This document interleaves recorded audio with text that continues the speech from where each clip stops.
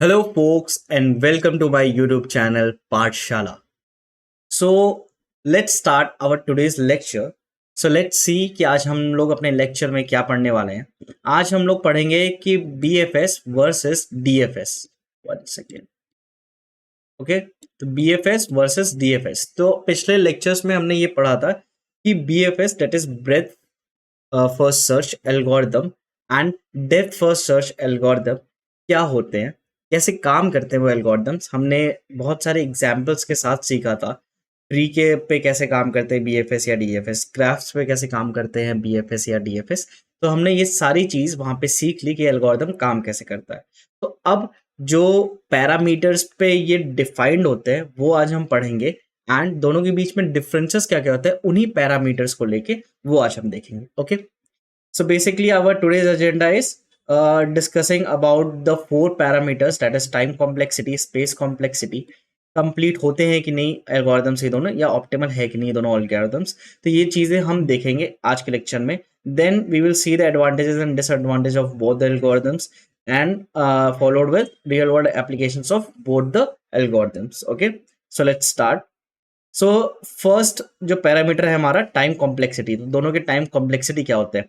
BFS का time complexity होता है big O inside the parenthesis B to the power D, and DFS का क्या होता है O N to the power M. ठीक है, तो देखते हैं ये चीज क्या है।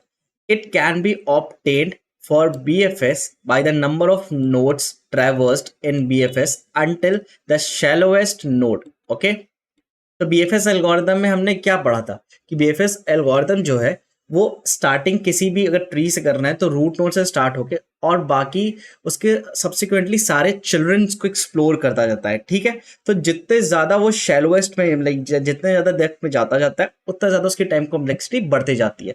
फॉर एन एग्जाम्पल, अगर आप बीएफएस यूज कर रहे हो तो किसी एक नोड को सर्च करने के लिए यूज कर रहे हो। ठीक है, तो जब जैसे जैसे आप नीचे की तरफ बढ़ते जाते हो वैसे वैसे आपके नोड्स भी सब्सिक्वेंटली बढ़ते जाते हैं। तो इसीलिए हमारा जो टाइम कॉम्प्लेक्सिटी है वो इस तरीके से बढ़ता जाता है।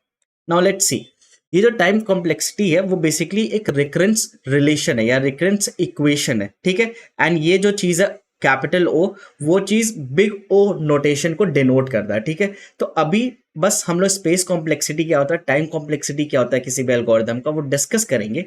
बाकी एक डेडिकेटेड टॉपिक है time complexity, space complexity and notations के, जो हम लोग डेटा स्ट्रक्चर एंड एल्गोरिथम में बहुत अच्छे से पढ़ेंगे। ठीक है, तो यहाँ पे हम लोग सिर्फ ये देखेंगे कि time complexity and space complexity basically क्या होता है इस एल्गोरिथम्स के एंड आने वाले सारे एल्गोरिथम के।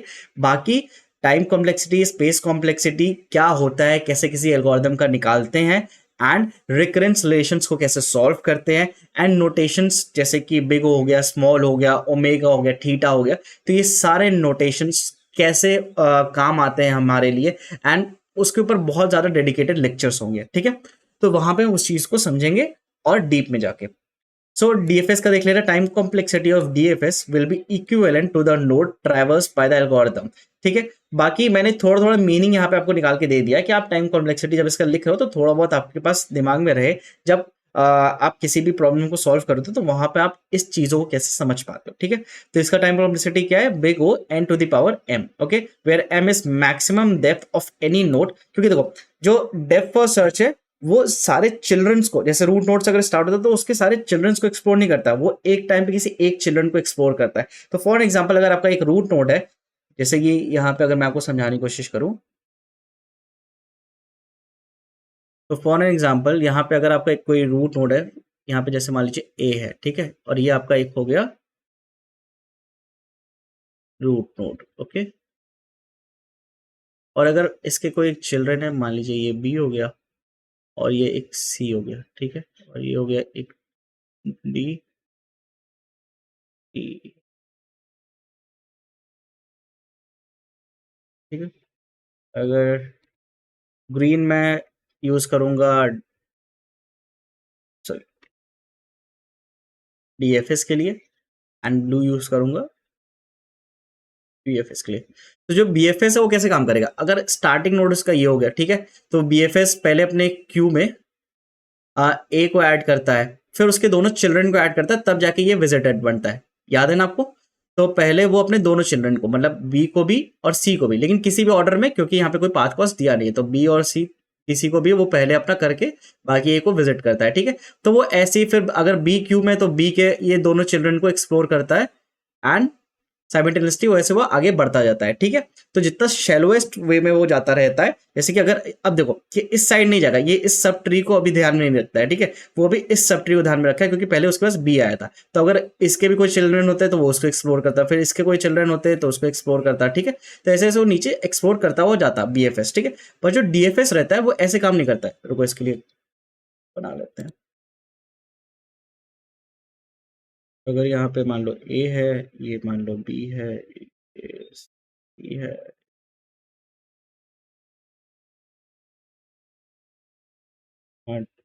ओके। तो अगर ये मान लो रूट नोड है,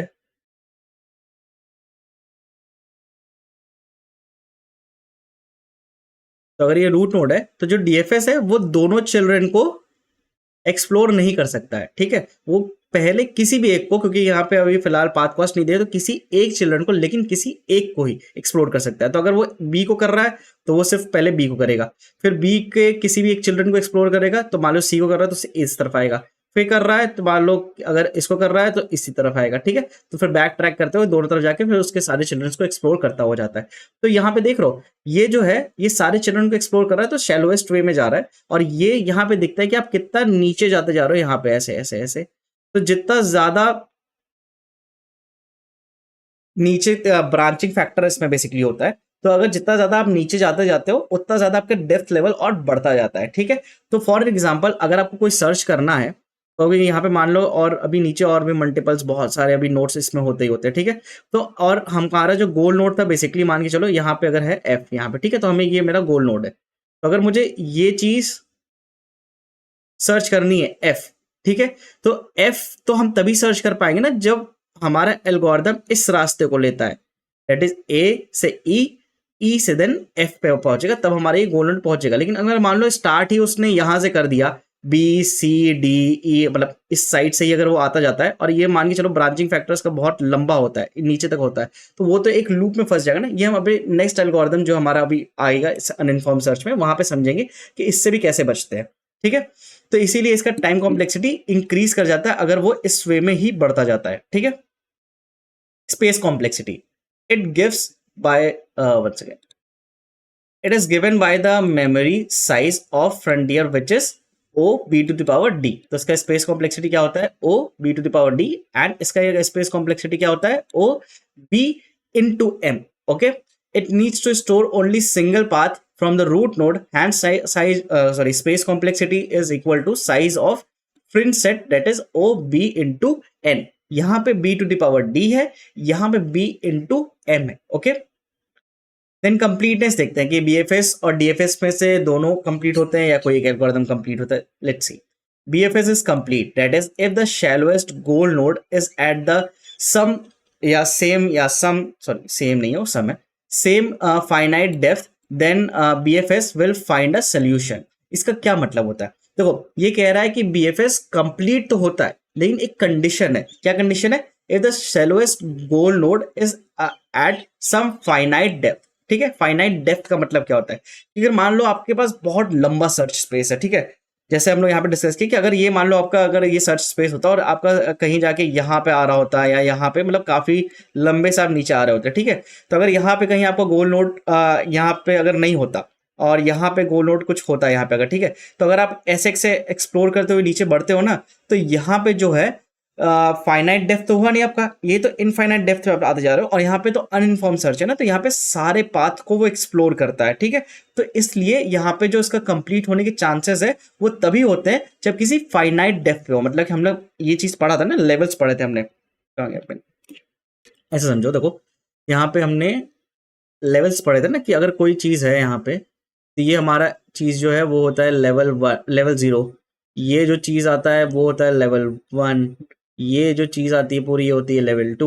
तो अगर किसी फाइनाइट डेप्थ, मान लो हमारा गोल नोड अगर लेवल 2 पे है, तब तो ये उसको कंप्लीट हो जाएगा क्योंकि वो सारे चिल्ड्रन को एक्सप्लोर करता है, तो वो यहाँ तक पहुंच जाएगा। अब लेकिन समझो कि अगर ऐसे तुम्हारे पास मतलब फॉर एग्जांपल बहुत सारे लेवल्स हैं, लेवल यहाँ पे मान लो 101 है, टोटल 101 लेवल है, और अगर मेरा जो गोल नोड है यहाँ पे 98th लेवल पे, तो समझ लो कितना ज्यादा उसको टाइम कॉम्प्लेक्सिटी उसकी बढ़ जाएगी नीचे आते आते, प्लस उसकी स्पेस कॉम्प्लेक्सिटी काफी बढ़ जाती है, और चांसेस वहां पे बहुत लो हो जाते हैं कि ये एल्गोरिदम कंप्लीट होगा कि नहीं होगा। See, DFS is also complete DFS is also complete within finite search space या state space, as it will expand every node within a limited search space tree. So basically इसका भी यही मतलब है, अगर finite depth level पे अगर हमारा गोल नोड है तो वो उसको सर्च कर लेता है, और अगर नहीं है तो वो सर्च उस चीज को नहीं कर पाता है। क्यों नहीं कर पाएगा, ये हम ऑप्टिमलिटी में भी देखेंगे कि क्या रीजंस हो जाते हैं उसके पास, ठीक है। देन ऑप्टिमल, कौन सा एल्गोरिदम ऑप्टिमल है कौन सा नहीं है। BFS is optimal as well, but DFS is non-optimal. क्यों भाई, BFS is optimal if path cost is non-decreasing function of the depth of the node, okay, and DFS is non-optimal as it may generate a large number of steps or high cost to reach to the goal node. तो DFS non-optimal क्यों हो जाता है, क्योंकि देखो ये ऐसे नहीं, बीएफएस की तरह नहीं चलता है कि वो सारे चिल्ड्रन को एक्सप्लोर करता है, जहां उसको मिल जाता है गोल्डन वहीं पे स्टॉप हो जाता है। ये ब्रांचिंग फैक्टर पर डिपेंड करता है कि अगर वो इस साइड से स्टार्ट कर देता है, तो अगर इसका ब्रांचिंग फैक्टर काफी ज्यादा है, ये जो नीचे आ रहा है ये ब्रांचिंग फैक्टर ही तो है, तो अगर ये ब्रांचिंग फैक्टर काफी ज्यादा है तो ये सारे नोट्स को एक्सप्लोर कर जाएगा सिर्फ इस साइड के, फिर एक्सप्लोर करेगा वो राइट साइड के, फिर वो एक्सप्लोर करेगा इस साइड पे। तो काफी ज्यादा टाइम कॉम्प्लेक्सिटी और स्पेस कॉम्प्लेक्सिटी इस एल्गोरिथम की बढ़ जाती है अगर नॉन इनफाइनाइट स्टेट पे अगर हमारा गोल नोड है, ठीक है। देन एडवांटेजेस क्या क्या है दोनों एल्गोरिथम के।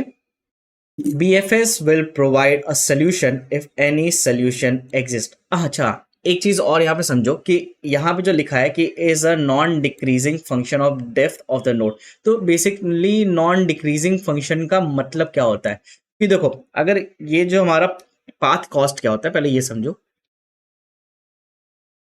तो अगर हमारा यहाँ पे मान चलो ये एक नोड है और ये एक दूसरा नोड है, ये एक तीसरा नोड है, तो हम बताते हैं कि ए से बी तक अगर आपको पहुंचना है तो यहाँ पे आपको पहुंचने के लिए 10 यूनिट्स कुछ भी हो सकता है, आप 10 रुपया समझ लो, 10 मिनट समझ लो, 10 किलोमीटर कुछ भी, 10 यूनिट लग रहे हैं। एंड ए से सी तक पहुंचने के लिए आपको सिर्फ 2 यूनिट लग रहा है, ठीक है।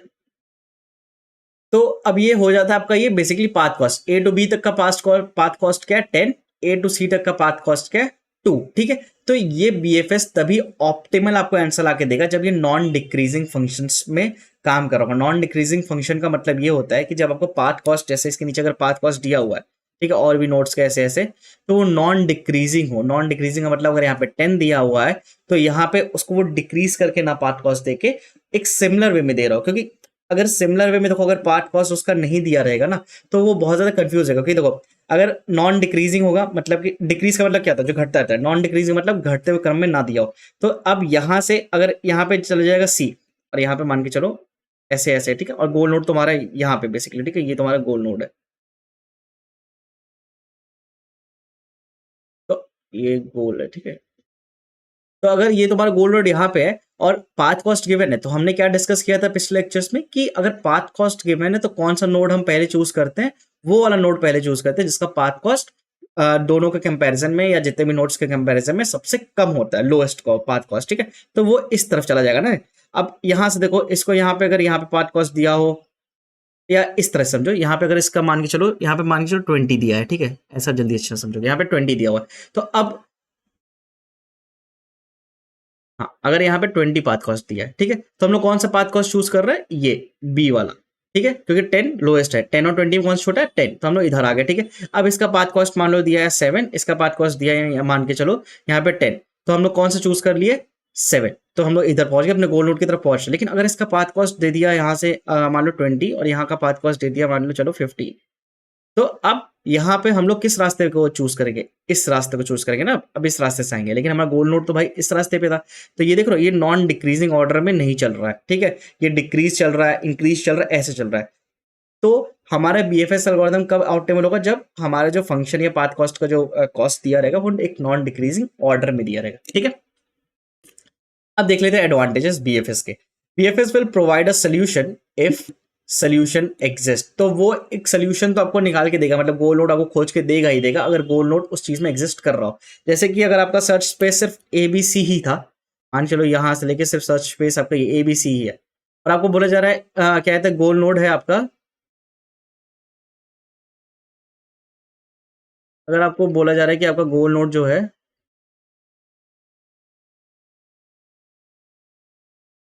वो है आपका नोड डी, और आपको डी खोजना है इस सर्च स्पेस में, ठीक है। तो डी तो यहाँ पे गिवन ही नहीं है, तो यहाँ पे क्या कहते हैं मतलब डी एक ऐसा नोड है ही नहीं अपने सर्च स्पेस में, तो उसको सोल्यूशन मिलेगा ही नहीं मिलेगा, ठीक है। तो बीएफएस में क्या कह रहा है ये कि बीएफएस का जो एडवांटेज एक ये है कि वो सोल्यूशन आपको खोज के देगा ही देगा अगर सोल्यूशन उसमें एग्जिस्ट कर रहा है, ठीक है। And second, if there are more than one solution for a given problem, then BFS will provide the minimal solution which requires the least number of steps, ठीक है।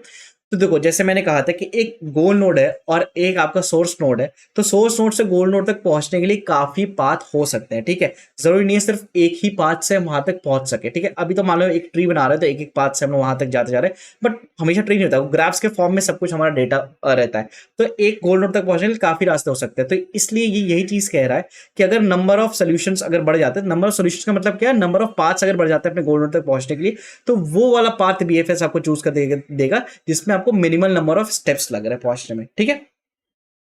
DFS requires very less memory as, अब DFS का advantage ये है कि इसको सिर्फ less memory चाहिए होता है, as it only needs to store a stack of the nodes on the path from the root node to the current node, ठीक है। इसमें हम लोग क्या यूज करते थे क्यू, और इसमें हम लोग क्या यूज करते हैं डीएफएस में स्टैक। तो एक स्टैक को ही तो स्टोर करना है उसको, तो स्टैक को स्टोर करने के लिए, और स्टैक को स्टोर जब करता है तो स्टैक भी देखते हो हमारा कि एक ब्रांचिंग फैक्टर जैसे जैसे नीचे जाता था तब स्टैक हमारा बढ़ता जाता है, लेकिन जब हम लोग बैक ट्रैक करते हुए ऊपर आते हैं तो स्टैक हमारा धीरे धीरे एम्प्टी होता जाता है।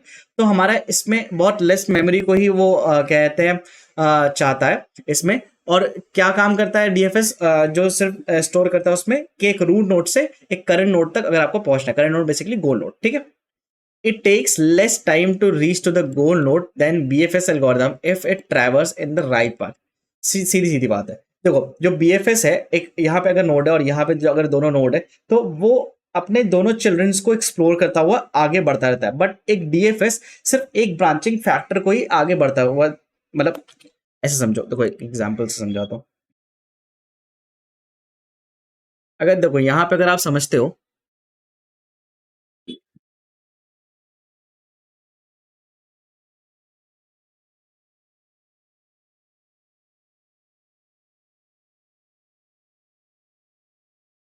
हम्म, तो जो बीएफएस है वो दोनों चिल्ड्रन को एक्सप्लोर करता हुआ पहुंचेगा नीचे की तरफ, और मान लो ये हमारा एक गोल नोड है, ठीक है। तो पहले वो बी पे आएगा, सी पे भी आएगा, फिर बी के चिल्ड्रंस को एक्सप्लोर करेगा एंड सी के चिल्ड्रंस को भी एक्सप्लोर करेगा, और अगर बीच में उसको डी मिल जाता है तो वहां पे वो स्टॉप कर जाएगा। बट जो हमारा डीएफएस है, अगर वो राइट डायरेक्शन, देखो यहाँ पे क्या लिखा है कि अगर राइट पाथ में मूव करो तभी, एक कंडीशन लगा हुआ है।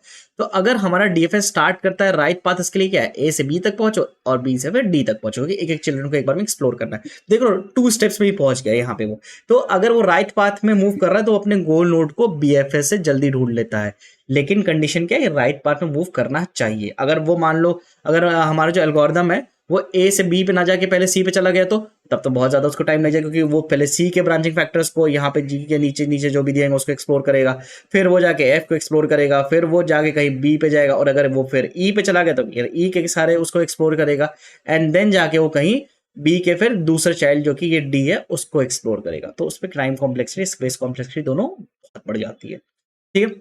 अब देख लेते हैं डिसएडवांटेज दोनों एल्गोरिथम्स है क्या क्या होते हैं। It requires lots of memory, sorry, it requires lot of memory since each level of tree must be saved into memory to expand the next level। तो exactly ये बात है ना, BFS लेवल वाइज हमारा ट्रैवर्स करता है, ठीक है। तो अगर ये लेवल 0 है, ये लेवल 1 है, तो वो लेवल 0 को अगर एक्सप्लोर करना है तो ये पूरा का पूरा हमारे मेमोरी में सेव होना चाहिए। L0 means level 0। फिर अगर उसका नेक्स्ट लेवल को एक्सपैंड करना है तो वो लेवल 1 को स्टोर करेगा, इसलिए यहाँ पे मेमोरी बहुत ज्यादा स्टोर करता है, मतलब मेमोरी बहुत ज्यादा कंज्यूम करता है। BFS takes lots of time if the solution is far away from the root node. तो जाहिर सी बात है, हमने ये डिस्कस भी किया था कि अगर रूट नोड से काफी दूर है कोई भी आपका गोल नोड, मतलब आपका सर्च स्पेस बेसिकली बढ़ता जाता है, तो BFS काफी ज्यादा टाइम ले लेता है। अब डिसएडवांटेज देखते हैं डीएफएस का। There is no guarantee of finding a solution DFS goes for deep down searching and sometime it may go to infinite loop. वही सेम चीज जो हमने डिस्कस की कि यहाँ पे तो आप देख सकते हो अपने नेकेड आई से कि इतना छोटा सा सर्च स्पेस है, ठीक है, बट रियल वर्ल्ड्स में इतने छोटे छोटे सर्च स्पेसेस नहीं होते हैं, ठीक है, उसमें बहुत जीबी टीबीज में बहुत बड़े बड़े सर्च स्पेस होते हैं। तो वहां पे अगर ये हमारा एल्गोरिदम काम कर रहा है और हमारा डीएफएस अगर सही पाथ को चूज करके आगे नहीं बढ़ता है और ब्रांचिंग फैक्टर काफी लंबा होता रहता है किसी भी एक पाथ के जिस पे वो चल रहा है, तो इनफाइनाइट लूप में फंस जाता है, जैसे कि हमने यहाँ पे डिस्कस किया अभी। यहाँ पे ये देखो, अगर ये जो हमारा ब्रांचिंग फैक्टर है, मान के चलो यहाँ पे काफी ज्यादा लेवल्स है, मान के चलो यहाँ पे है अप्रोक्स 1 लाख लेवल से हैं, ठीक है।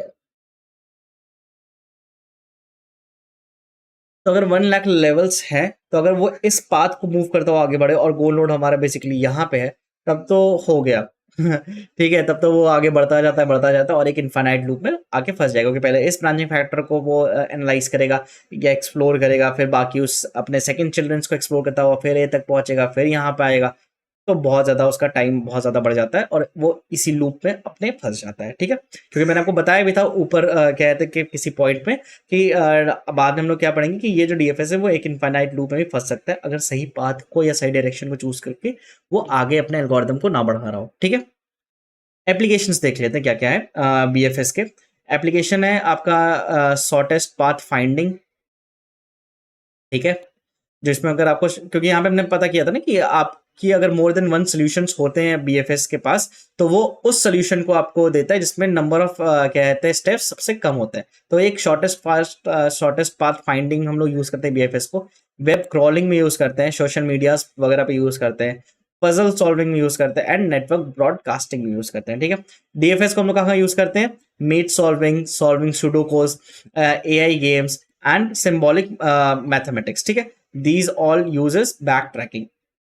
तो बेसिक सा मीनिंग हम लोग स्टैक यूज करते हैं डीएफएस में, तो हम लोग वहाँ पे बैक ट्रैक इजिली कर सकते हैं। तो ये जो सारे टाइप्स के एप्लीकेशंस रियल वर्ल्ड एप्लीकेशंस है वो डीएफएस के। एक चीज नोट करिएगा कि एप्लीकेशंस बेसिकली जो इसके डिफरेंसेस है वो तो अच्छे से पढ़ लीजिएगा, उसको दिमाग में हमेशा रखिएगा, बट जो इसके एप्लीकेशंस है उसको कोशिश करिएगा कि याद रखें, क्योंकि जो गेट के एग्जामिनेशन में एमसीक्यूज बनते हैं उसमें ऐसे ऐसे एमसीक्यूज भी बन सकते हैं जो कुछ कुछ फेमस रियल वर्ल्ड एग्जांपल्स हैं वो किस एल्गोरिदम के थ्रू हम लोग जल्दी सॉल्व कर सकते हैं, ठीक है। सो यहाँ तक हमने पढ़ लिया पूरा का पूरा बीएफएस एंड डीएफएस में क्या डिफरेंस है based on various parameters. So इस लेक्चर को हम यहीं ओवर करते हैं and I will meet you in the next lecture. Till then stay tune to Pathshala and keep learning.